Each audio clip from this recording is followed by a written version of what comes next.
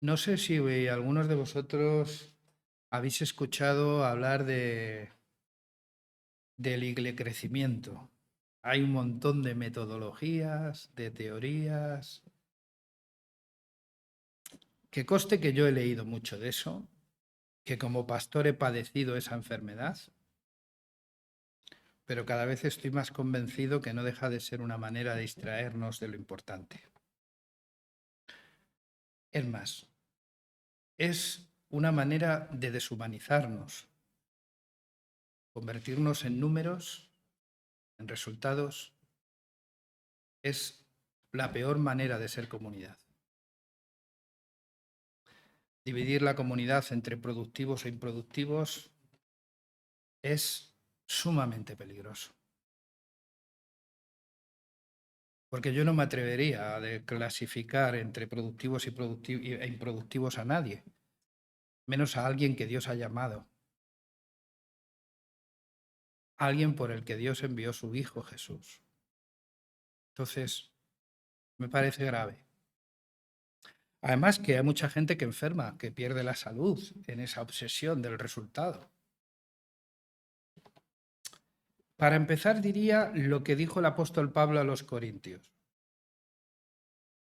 Unos que estaban en profunda división entre que unos se denominaban yo soy de Pablo, yo soy de Pablo, yo soy de Cefas, yo soy de Apolos, y luego estaban los peores. Digo los peores porque yo de Cristo. Uno no es de Cristo en contra o enfrente de, ¿no? Eh, entonces, frente a eso, el apóstol Pablo dice que todas las personas que ellos han mencionado no dejan de ser colaboradores de Dios. Ya eso es una honra. Poder ser distinguido con ese nombramiento, colaborador de Dios. Oh, oye, que podamos ser socios de Dios en su obra, yo para mí eso ya sería suficiente. Y el apóstol habla no de posiciones, sino de funciones. Y dice, mira, Apolos sembró y yo regué, o al revés, porque al final da igual, ¿no? ¿Y quién es el que da el resultado? ¿Quién da el crecimiento? ¿Quién? Según ese texto. Así que no hemos sido llamados a hacer torres de Babel que respondan a nuestro ego y a nuestro nombre. Hemos sido llamados a ser servidores de Cristo para la gloria de Dios. Si todos entendiéramos eso, no habría tanta distinción entre unos y otros, tanta denominación, tanto, claro, porque... Pero bueno, de alguna manera hay que justificar algunas cosas. Yo, a la edad que tengo, ya he dejado de justificar cosas que para mí no tienen ninguna justificación. Por eso hoy me gustaría hablar de, como cierre al final, ¿os acordáis que llevamos una serie de discursos o sermones sobre encuentros con Jesús, ¿no? Y hemos hablado del encuentro de Nicodemo, del encuentro de la mujer adúltera, del encuentro con Jesús de la mujer samaritana. Hay unos cuantos encuentros que al final pueden ser llegar a ser hasta un libro, porque yo tiendo a escribir todo, luego me puedo hacer notitas, pero tiendo a escribir todo para que quede ahí para mi memoria. Vamos a leer en el Evangelio según San Marcos, capítulo 3, versículo 7 en adelante. Y fijaros, vamos a leer primero del 7 al 12. Capítulo 3 del Evangelio según San Marcos, versículo 7 al 12. Dice así: Jesús se fue con sus discípulos a la orilla del lago, y lo siguió una gran multitud de personas procedentes de Galilea, y también de Judea, de Jerusalén, de Idumea, de la orilla oriental del Jordán y de la región de Tiro y Sidón. Acudió a Jesús mucha gente que había oído hablar de todo lo que él hacía. Jesús mandó a sus discípulos que le preparasen una barca para que la multitud no le aplastara. Fijaros la concentración de público en ese momento. Había curado a tantos que todos los que tenían alguna enfermedad se echaban ahora sobre él para tocarlo. Y hasta los espíritus impuros, al verlo, se arrojaban a sus pies gritando: «Tú eres el Hijo de Dios». Pero Jesús les ordenaba severamente que no lo descubrieran. Fijaros, hay otro texto con este, vamos a leer el 14. Lo que Jesús viene a hacer después es que otra vez se va al monte, pasa la noche orando y llama a los que él le pareció y se acercaron a él. Y dice el versículo 14, también designó a 12, a quienes constituyó apóstoles para que estuvieran con él y para enviarles a predicar. Fíjate, oye, qué cosa, ¿no? Más, qué contraste con lo que pasa hoy a veces, con lo que vemos en las iglesias. Jesús, venía mucha gente a él. Dice que había tal multitud que le dijo a sus discípulos: preparadme una barca porque la gente me aplasta. Lo mismo tengo que irme no es la primera vez que se agolpaba gente sobre él. El versículo anterior, que es el último versículo del capítulo 2, termina diciendo que los fariseos y herodianos se reunieron para conspirar, para tratar de matarle, porque había sanado a un hombre que tenía una mano atrofiada en día de reposo. Y entonces, claro, esa es la hipocresía, ¿no? Del día de reposo. Que Jesús les dice: ¿qué está bien para el día de reposo? ¿Qué es lícito en el día de reposo? ¿Hacer el bien o hacer el mal?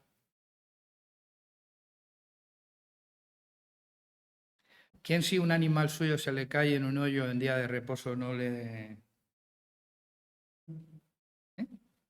Bueno, no es el tema, pero sí es bueno saber que ese es el contexto. Jesús venía de hacer un milagro, había hecho otros muchos milagros. Recordad que desde el capítulo 1, Jesús empieza su ministerio haciendo milagros, entre ellos a la suegra de Pedro. Hay quien dice que por eso le negó 3 veces. No, es una broma. Entre ellos a la suegra de Pedro, que tenía fiebre, estaba en su casa y tal.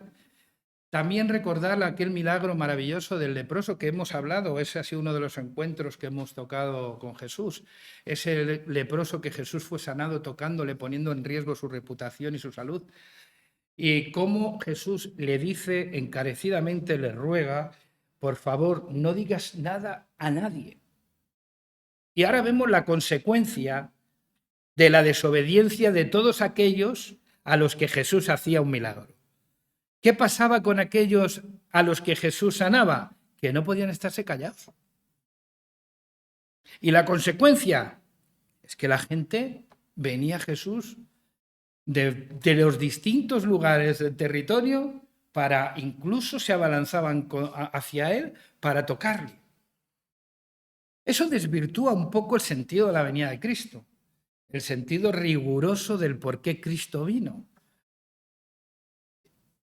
Al final era contemplarle como un simple milagrero, ¿no? Como alguien que podía hacer milagros, que podía dar respuesta a necesidades inmediatas, que podía atender mi demanda concreta.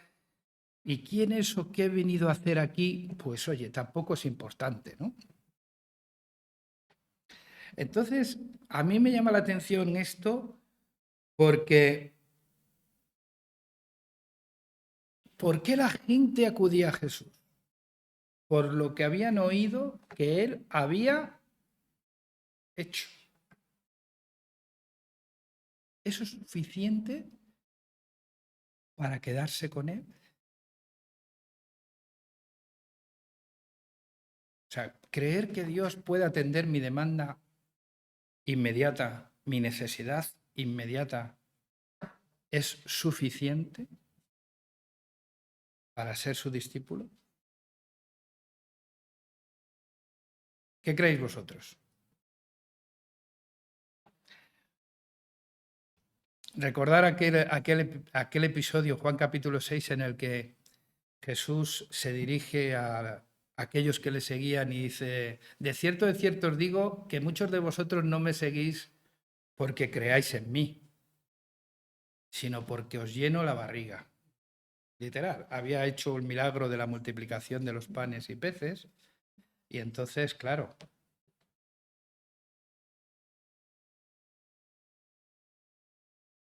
¿fue suficiente el milagro verlo para que estos judíos no se escandalizaran con las palabras de Jesús cuando le dijo, el que no come mi carne y bebe mi sangre, en ese mismo capítulo, no puede ser mi discípulo? Comed mi carne y bebed mi sangre y tendréis vida. Dice que la gente se escandalizó y se iba. Hasta tal punto se iba que Jesús, que creía mucho en esto del crecimiento, coge y se vuelve a los pocos que se quedaron, que eran sus discípulos, y les dijo, ¿vosotros también os queréis ir?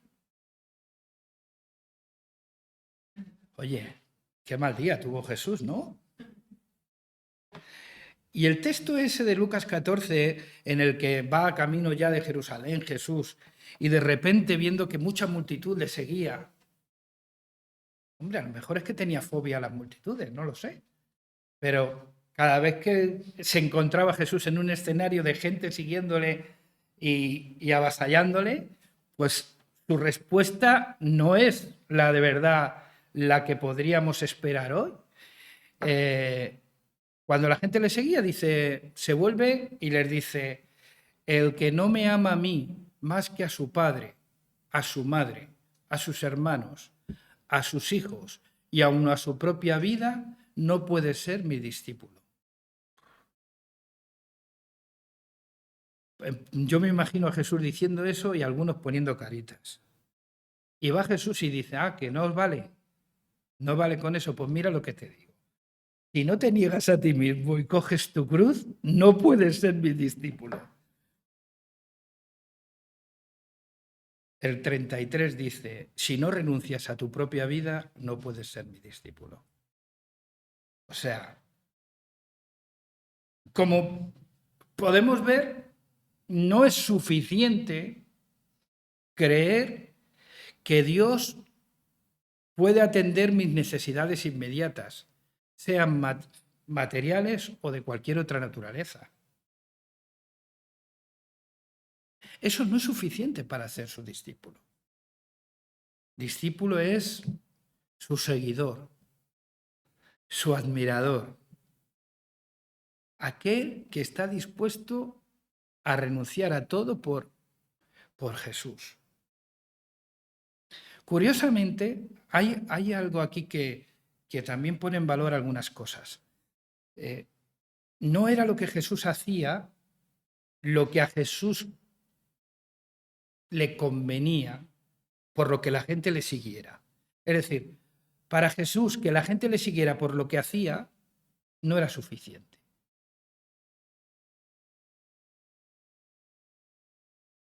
Por eso cuando escoge a los 12, de entre aquella multitud se va y de entre los que quedaron con él, sus discípulos, elige a 12 solamente. ¿Y para qué? Para que estuviesen con él. ¿Cómo le llamarías tú a eso?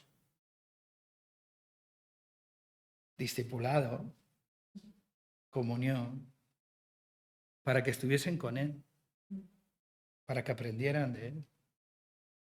Eso como prioridad. Y en segundo lugar, para que predicasen el Evangelio. Sí. Es curioso porque no es lo que Jesús hace, sino quien Jesús es, lo que determina realmente el cambio de una vida. Y lo que hace verdaderamente un discípulo. Entonces, yo no digo que esté bien o mal, yo no digo nada, no juzgo eso. Que la gente venga a Jesús por una necesidad inmediata. No sabemos, muchos de los que vinieron a Jesús vinieron por curiosidad, se hablaba mucho de él, querían saber quién era, otros vinieron porque estaban hartos de su vida y vivían insatisfechos. ¿Os acordáis del joven rico, no? Un tipo que parecía que lo tenía todo, rico, joven, bueno, pero sin embargo vivía una vida insatisfecha y sentía que le faltaba algo. Y Jesús le dice, sí, te falto yo. Pero el hombre, claro, no era compatible Dios con su amor por las riquezas. Y ahí la tristeza. Las razones por las que la gente puede llegar a Jesús pueden ser diversas, pero algunas son equivocadas. Y lo peor no es que sean equivocadas, lo peor es que cuando la Iglesia convoca en nombre de esos asuntos, se equivoca también. Jesús no era un sanador. Él no vino a sanar. Él vino a buscar y salvar lo que se había perdido. ¿Hizo señales y milagros? Sí. Pero no sanó a todos los que venían a él, ni siquiera sanó a todos sus contemporáneos. Es que no era ese el objetivo.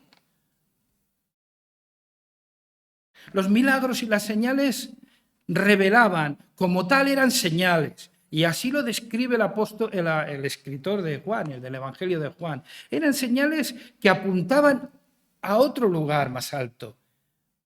Y esas señales hablaban de él, de quién es él. ¿Recordáis aquel milagro que Jesús hizo y que recoge también el Evangelio de Marcos, capítulo 2? Que es una ilustración que hace alarde de la amistad, ¿no? 4 amigos se enteran que Jesús está de nuevo en su casa Capernaum, cogen a su amigo paralítico y dicen, vamos, que éste lo sana. Lo sana. Y los 4 amigos van hasta allí y ven que está todo lleno de gente. La gente impedía llegar hasta donde estaba Jesús. Y entonces dijeron, aquí no la tenemos que jugar. Y se subieron al tejado, como algunos nos han hecho con la valla, y rompieron el tejado para poner a su amigo el paralítico frente a Jesús.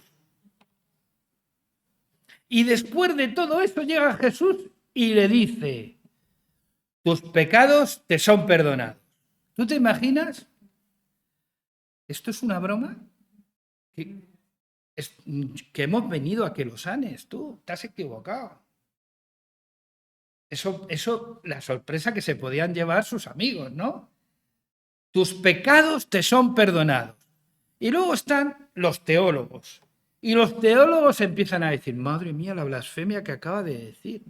Si solo Dios puede perdonar pecados. A Jesús le molestó más el pensamiento de los teólogos que la decepción de los amigos. Y va a hacer algo que le va a callar la boca a los teólogos y que va a dar esperanza y satisfacción a los amigos.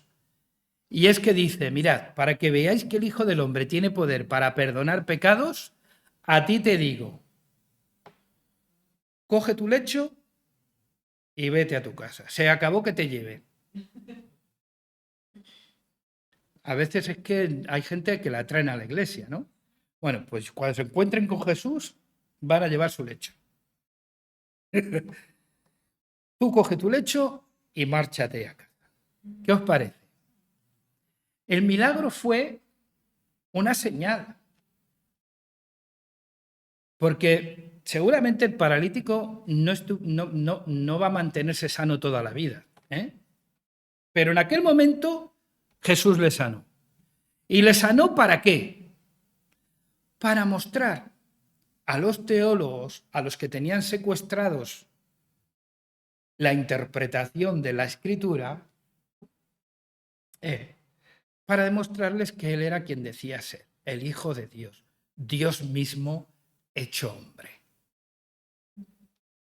¿De acuerdo? No era tanto para compensar la fe de los amigos, que al final se vio recompensada. Pero ese milagro apuntaba a una señal. Estáis frente a Dios hecho hombre. Por eso no lo aguantaban algunos judíos. Por eso los fariseos, los escribas, todas las sectas judías querían acabar con Jesús, porque Jesús realmente decía de sí mismo que era Dios. Y que si solo Dios podía perdonar pecados, ¿cómo este hombre se va a atrever a perdonar pecados? ¿O cómo este hombre se va a llamar a sí mismo hijo de Dios? Que es hacerse igual a Dios, según el Evangelio también. Eso era lo que pensaban. Así que lo importante no era el milagro, no era lo que Jesús hacía. Lo importante era quién era realmente Jesús. Eso es lo importante. Puede ser cualquiera la razón. Por eso digo que cuando pasa el tiempo sigue siendo un error mantener esa creencia de que Dios solo está y es Dios en la medida que da respuesta a mis necesidades inmediatas.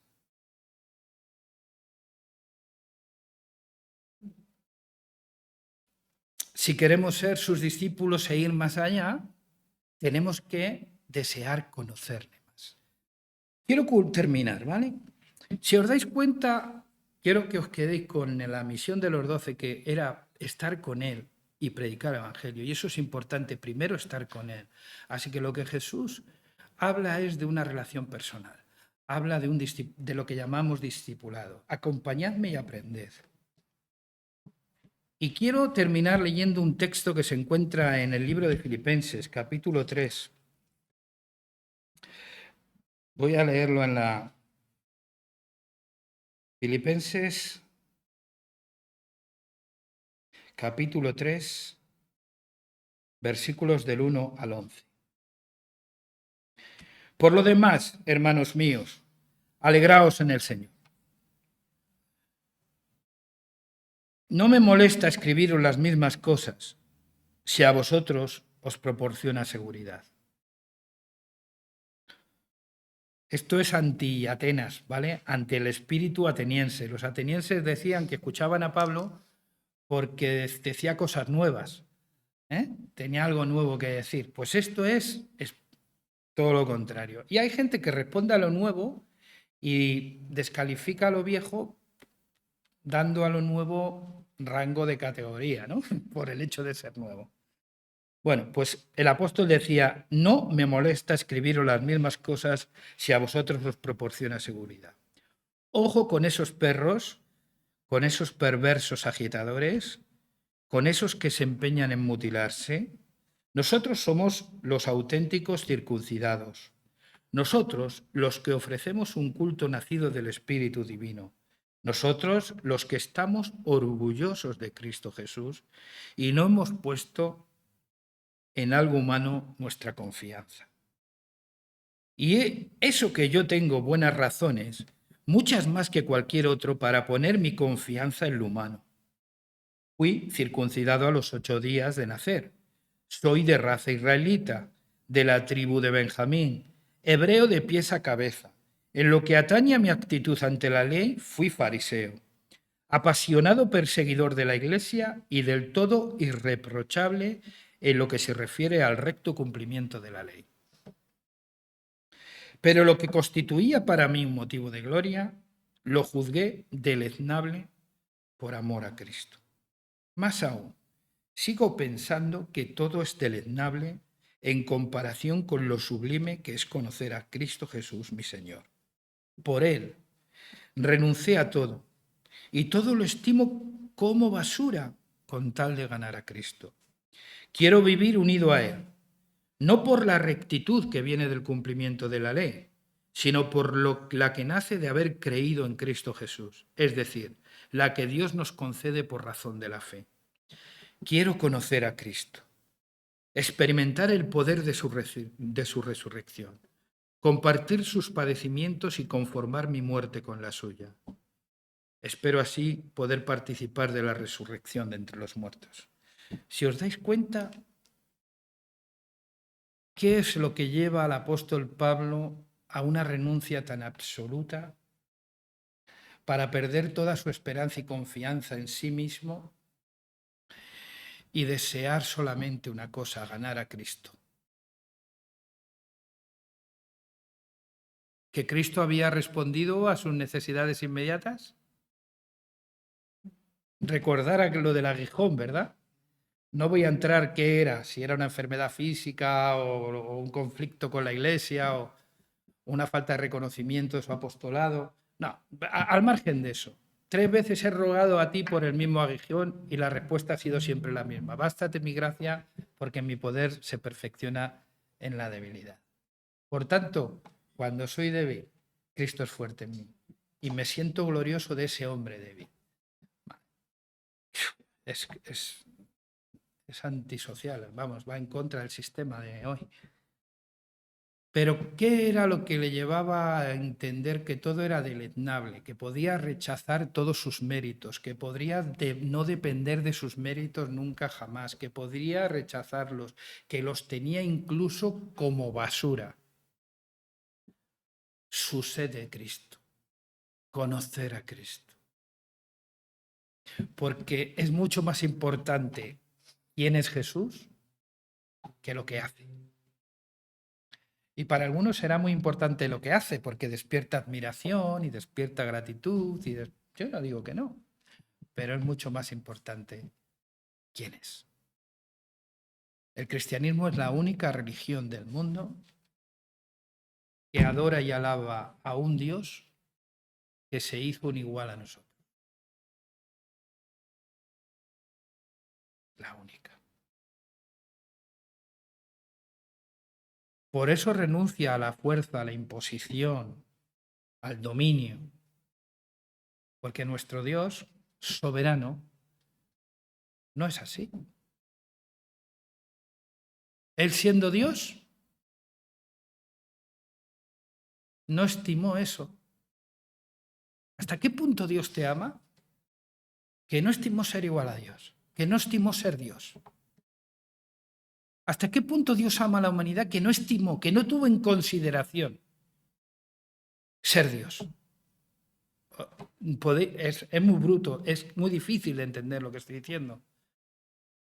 Pero eso, ¿tú te imaginas rechazar a un ser humano creado a la imagen de Dios? Actuar violentamente, con desprecio hacia otro semejante a ti.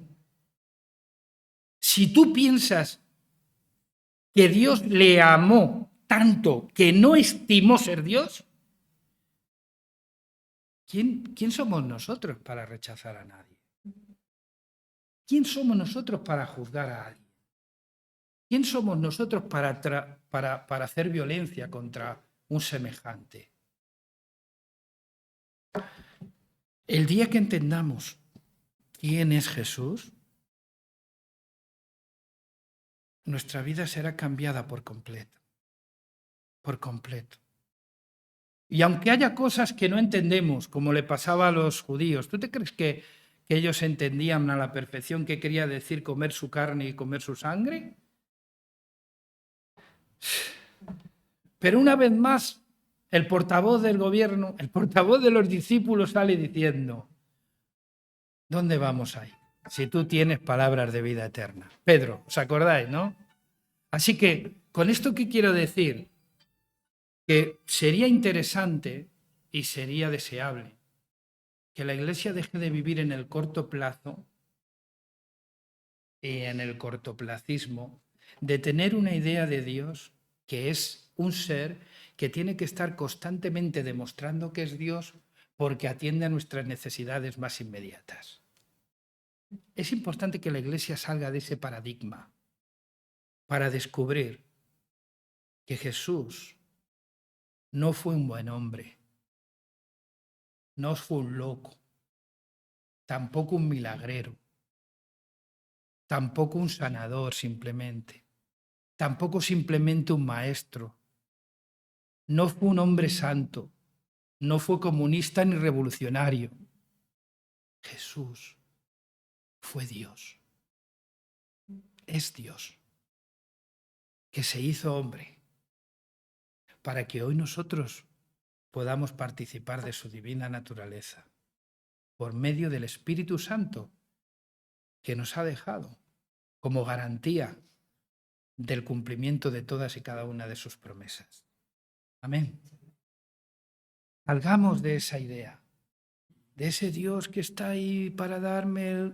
No, que sí, que puede hacerlo cuando quiera y que yo no me voy a poner celoso y que no voy a necesitar compararme con quién, porque hay algunos que, claro, cuentan testimonio, no sé tú, ¿cómo lo veis? Pero algunos parecen que tienen que estar defendiendo que Dios hace cosas extraordinarias como darles un empleo, ¿no? Y es así como uno tiene que recibirlo. O sea, el día que yo descubrí que Araceli era un regalo de Dios para mí, dejó de ser simplemente una mujer. No sé si lo estáis entendiendo. Es mucho más que eso. Es un don de Dios para mí. El día que yo entendí que el trabajo que desempeño era un don de Dios para mí, dejé de fijarme en la recompensa, en la remuneración, en el resultado, en la respuesta del otro. En tantos factores que provocan a veces confusión en mi manera de entender el trabajo.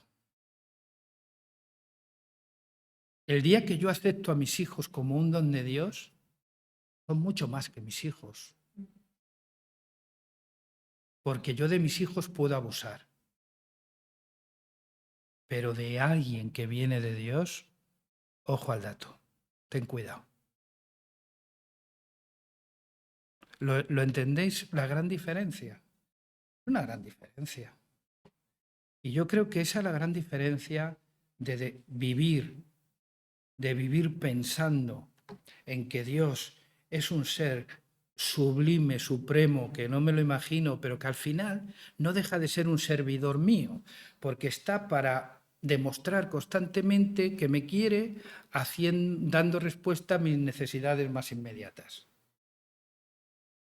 En esa idea de Dios, realmente en esa relación, ¿quién es Dios? ¿Tú o Él?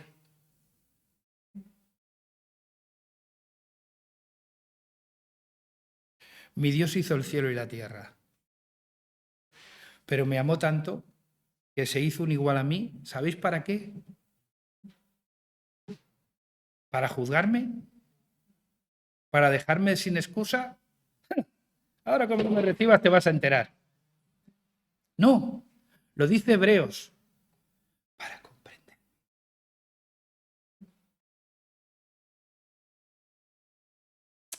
No me quiero enredar, pero sinceramente esto es un tema para abordarlo más, porque veo mucho de lo primero en las iglesias a veces y poco de lo segundo. Por eso, ¿cuál es nuestra petición esta mañana? ¿Cuál debe de ser nuestra petición y nuestro clamor? Queremos conocerte más, Jesús. Amén. Y para eso tenemos que estar más tiempo con Él.